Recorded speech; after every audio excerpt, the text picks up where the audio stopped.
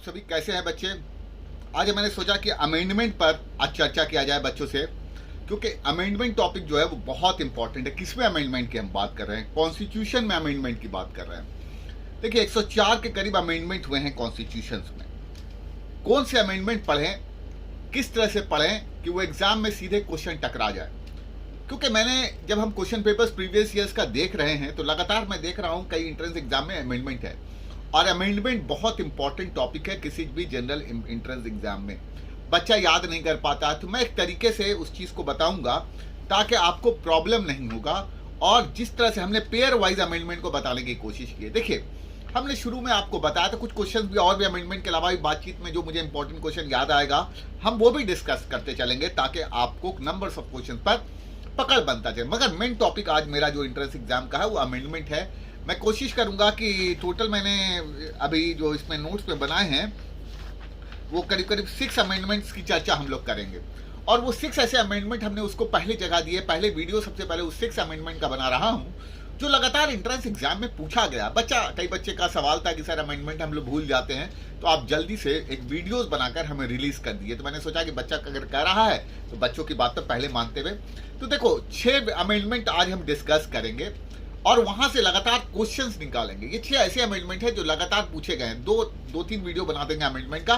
तो पहला वीडियो जो बना रहे हैं फर्स्ट अमेंडमेंट, जिसमें 6 अमेंडमेंट हम रखेंगे। अमेंडमेंट का मतलब क्या है ये पहले समझिए। अमेंडमेंट है कि जो कॉन्स्टिट्यूशन में चीजें उसमें चेंज है, या एडिशन है या सब्सट्रैक्शन है या नई चीज उसमें डाली गई है।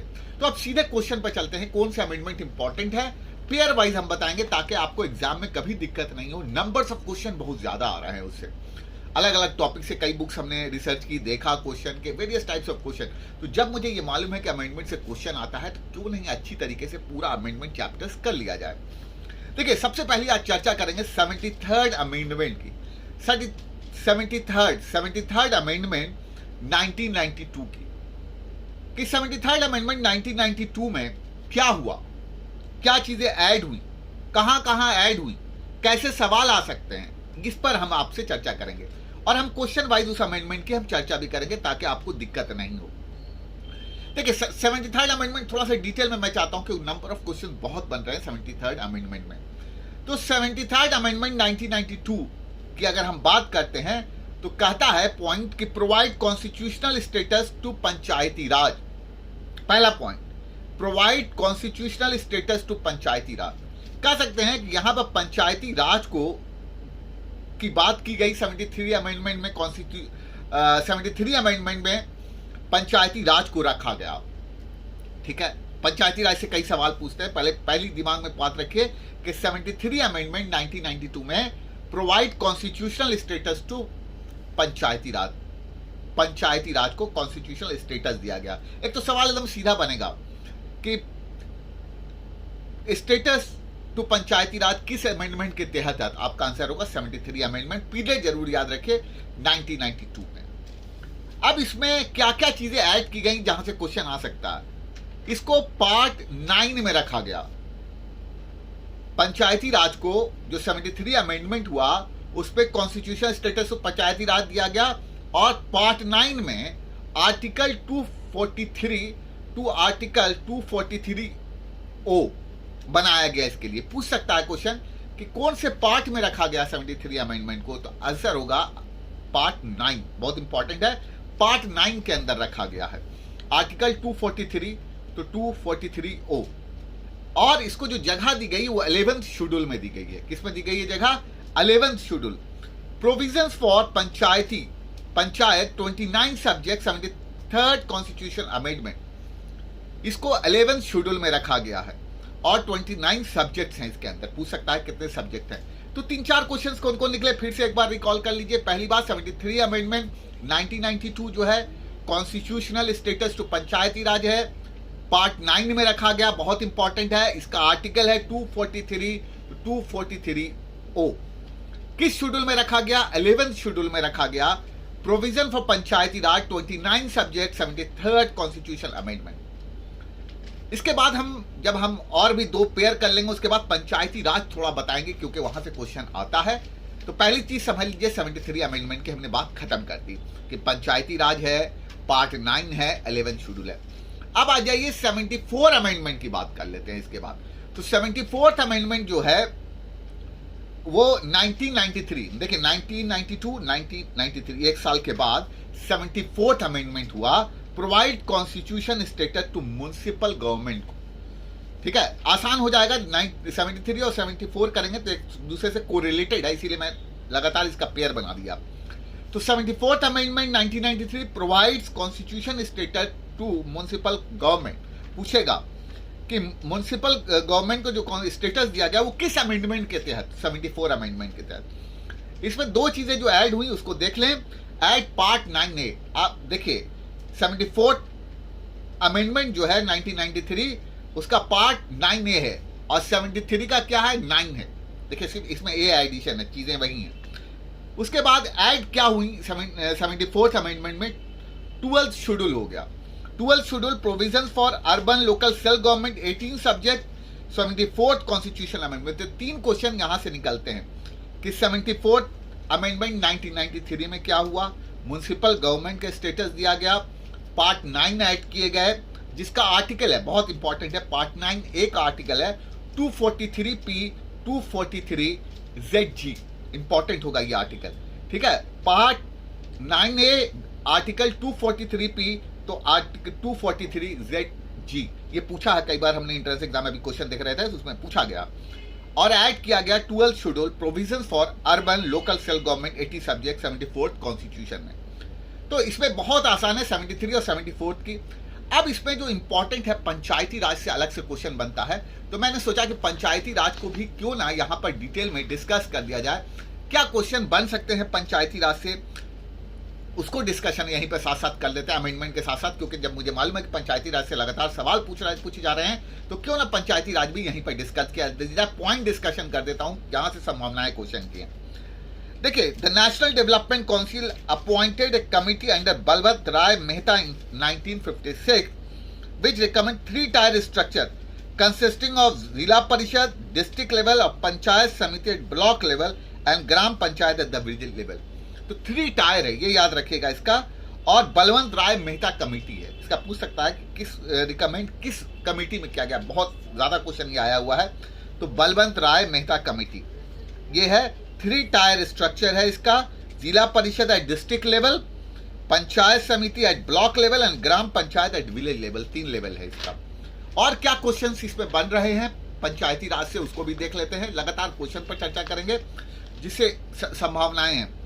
The 3 tyre of panchayat Raj was first adopted, सबसे पहले लगातार ये क्वेश्चन पूछा है एंट्रेंस एग्जाम में कि the 3 tier system of Panchayati Raj was adopted by Rajasthan Nagaur district on October. सबसे पहले ये क्वेश्चन इस साल भी इंपॉर्टेंट रहेगा कि किस स्टेट ने अडॉप्ट किया, तो राजस्थान में नागौर डिस्ट्रिक्ट है ऑन अक्टूबर 2, 19, तो ये अपने आप में इंपॉर्टेंट है।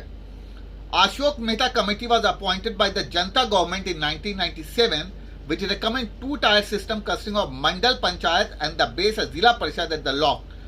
अशोक मेहता कमेटी इससे पहले जनता गवर्नमेंट जो थी उसने ये किया था, मगर हमें जो इंपॉर्टेंट फोकस रखना है वो पंचायती राज पर इंपॉर्टेंट रखना है। उसके बाद एक और सबसे पहला जो राज्य कौन है, राजस्थान है। कौन सा डिस्ट्रिक्ट है, नागौर डिस्ट्रिक्ट है, सबसे पहला हुआ। अब कौन कौन से स्टेट में नहीं है पंचायती राज लागू नहीं, यहां से पूछता है। The panchayat system exist in all state, Panchayati Raj सभी स्टेट में है। कहां नहीं है वो देख लीजिए, नागालैंड, मेघालय और मिजोरम में 3 स्टेट है, नागालैंड, मेघालय और मिजोरम में ये नहीं है। पूछ सकता है कि इनमें से कौन स्टेट में पंचायती राज नहीं है, तो नागालैंड, मेघालय और मिजोरम में। It is also exist in all union territory except Delhi, जितने भी यूनियन टेरिटरीज है वहां सब जगह सिर्फ दिल्ली को। अब देखिए इस बार के लिए करंट अफेयर्स क्या है, we have 28 states and 8 union territories. ठीक है, तो आपको ध्यान में क्या रखना है कि दिल्ली यूनियन टेरिटरीज में नहीं ये अप्लाई हो रहा है और 3 नागालैंड, मेघालय और मिजोरम में नहीं हो रहा है।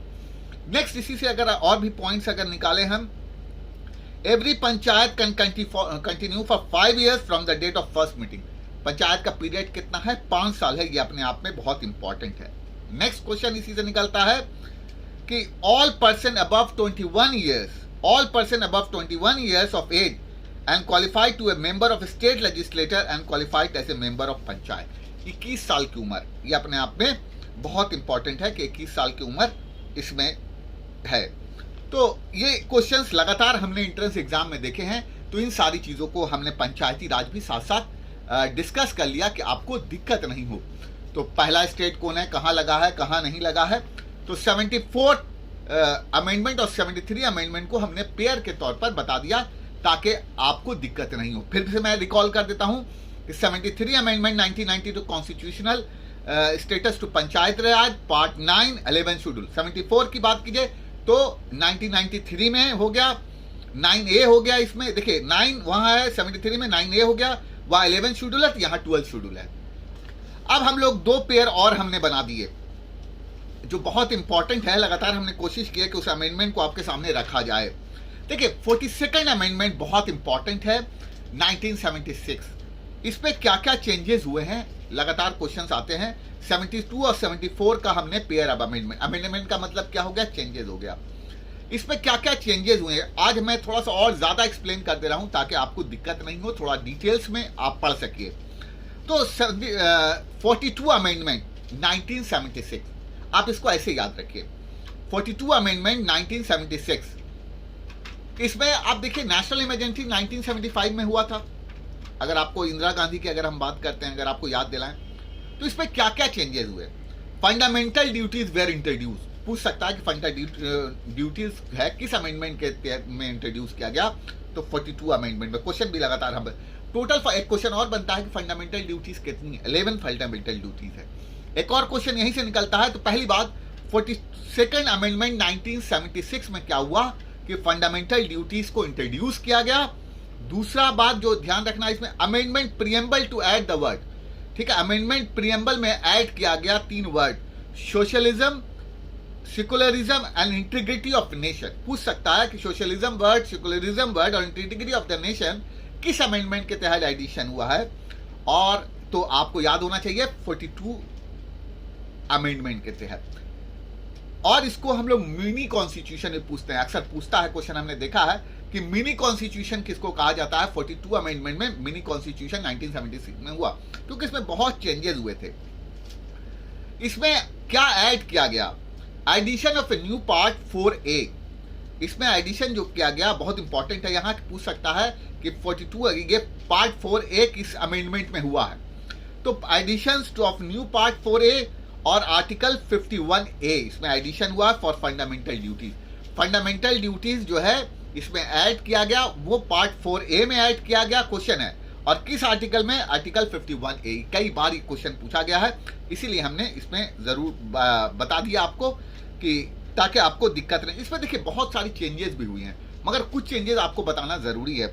इसमें क्या हुआ था, इस अमेंडमेंट को मिनी कॉन्स्टिट्यूशन इसलिए कहा जाता है कि इस अमेंडमेंट में बहुत कुछ चीजें हुई और इसको करेक्ट करने के लिए 44 अमेंडमेंट लाया गया फौरन। फिर भी क्या क्या और चेंजेस है जो आपको जानना चाहिए। देखिए यहाँ पर क्या हुआ था कि जो लोकसभा का जो पीरियड था 5 साल, वो 6 साल कर दिया गया था। और असेंबलीज का जो पीरियड था मेंबर ऑफ लेजिस्लेटिव, उसको भी 6 साल कर दिया गया था। मगर ये 44 अमेंडमेंट में बदल के फिर 5 साल कर दिया गया, जो हम लोग पढ़ते हैं।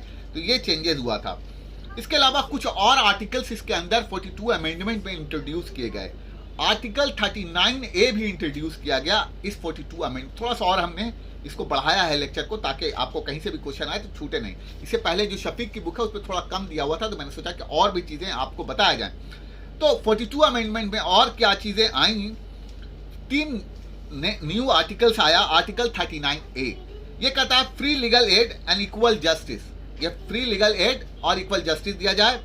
Article 43A participation of worker in the management of industries, participation of worker हो। तो इसका मतलब आपको याद क्या रखना है कि कौन कौन आर्टिकल इंट्रोड्यूस हुआ 42 अमेंडमेंट में। 39A, आर्टिकल 43A और आर्टिकल 48A इंट्रोड्यूस किया गया, ये है। इस आर्टिकल में क्या, इस 42 अमेंडमेंट में क्या किया गया था, सुप्रीम कोर्ट के और हाई कोर्ट के पावर्स को कम कर दिया गया था।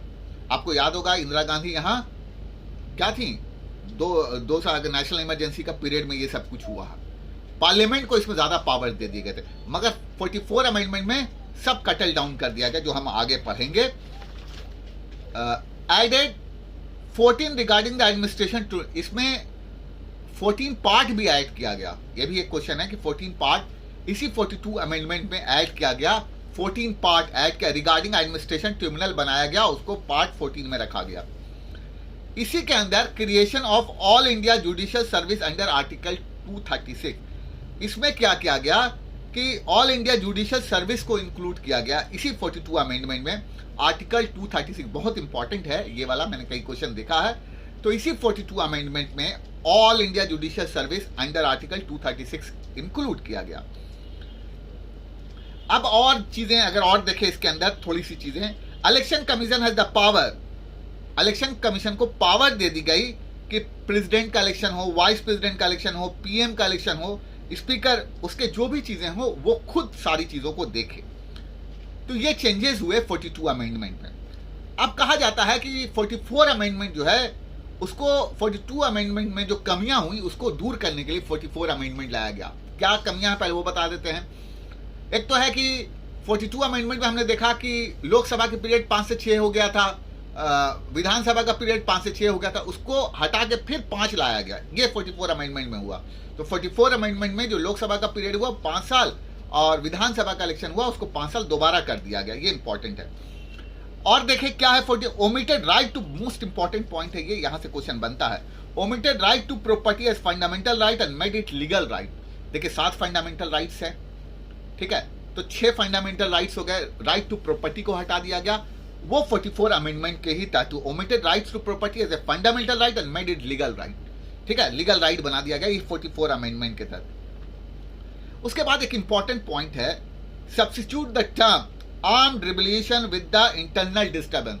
देखिए आप 75 का नेशनल इमरजेंसी जो हुआ था वो इंटरनल डिस्टर्बेंस उसकी वजह दिया गया, उसको 44 अमेंडमेंट में हटाकर उसको आर्म्ड रिबेलियन कर दिया गया। मींस के इंटरनल डिस्टर्बेंस पहले था 42 अमेंडमेंट में, उसको हटा के क्या कर दिया, आर्म्ड रिबेलियन। जो 75 का नेशनल इमरजेंसी हुआ था वो इंटरनल डिस्टर्बेंस के वजह से हुआ था, मगर उस वर्ड को 44 अमेंडमेंट में हटाकर आर्म्ड रिबेलियन कर दिया गया। नेक्स्ट है इसके अंदर कि president can proclaim emergency on the basis of written advice tender by the cabinet. यहां पर क्या किया गया, president national emergency cabinet ministry, प्रधानमंत्री के अंदर जितने भी कैबिनेट मिनिस्टर हैं जिसको हम लोग देखते हैं, कैबिनेट मिनिस्ट्री के एडवाइस पे ही प्रेसिडेंट क्या करेगा, नेशनल इमरजेंसी घोषित करेगा। ये इंपॉर्टेंट पॉइंट जो थे 44th अमेंडमेंट में, इसमें सबसे ज्यादा इंपॉर्टेंट पॉइंट है कि omitted right to property is a fundamental right, omit कर दिया गया। 44th अमेंडमेंट में भी क्वेश्चन कई है, तो कहीं ना कहीं आप इस कहानी को ऐसे समझिए कि 42 अमेंडमेंट में जो चीजें इंक्लूड की गई थी उसको करेक्शन किया गया 44 अमेंडमेंट में। तो इस तरह से हमने 4 अमेंडमेंट करा दिए, 73, 74 का पेयर बना दिया, 42 और 44 का पेयर बना दिया। अब 2 अमेंडमेंट और हम डिस्कस कर लेते हैं, उसका भी पेयर आप देख लीजिए।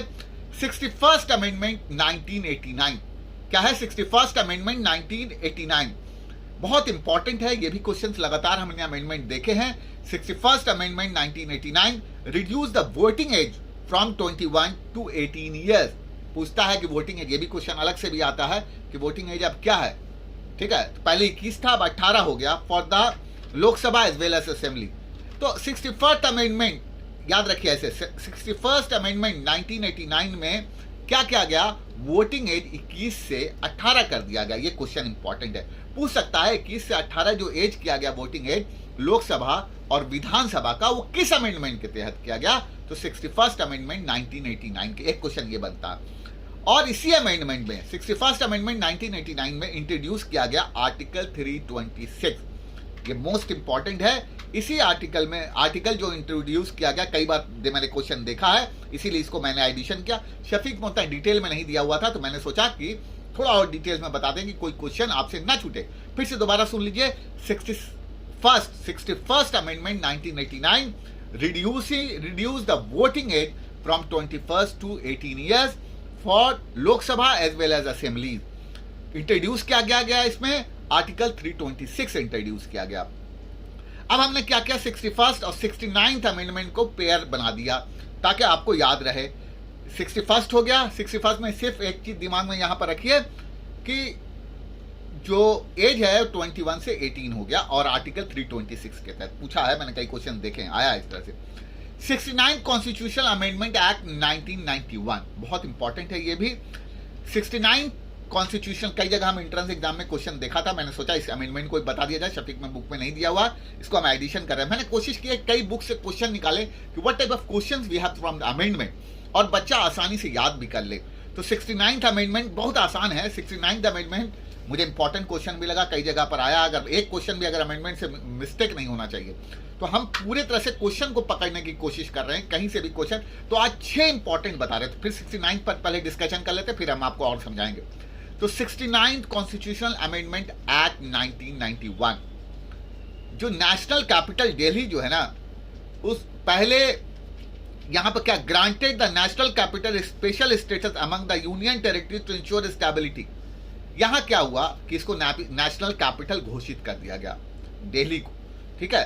आपको मालूम है यूनियन इसको स्पेशल स्टेटस भी दिया गया है, यहां विधानसभा भी है, आप देख रहे होंगे। तो कहीं ना कहीं पूछ सकता है नेशनल कैपिटल दिल्ली को जो नेशनल कैपिटल बनाया गया वो किस अमेंडमेंट के तहत?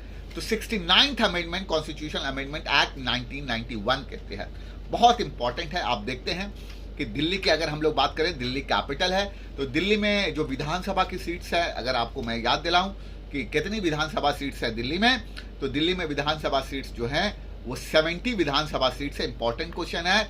अगर मैं कहूं राज्यसभा सीट्स कितनी है दिल्ली में, तो 3 राज्यसभा सीट्स है।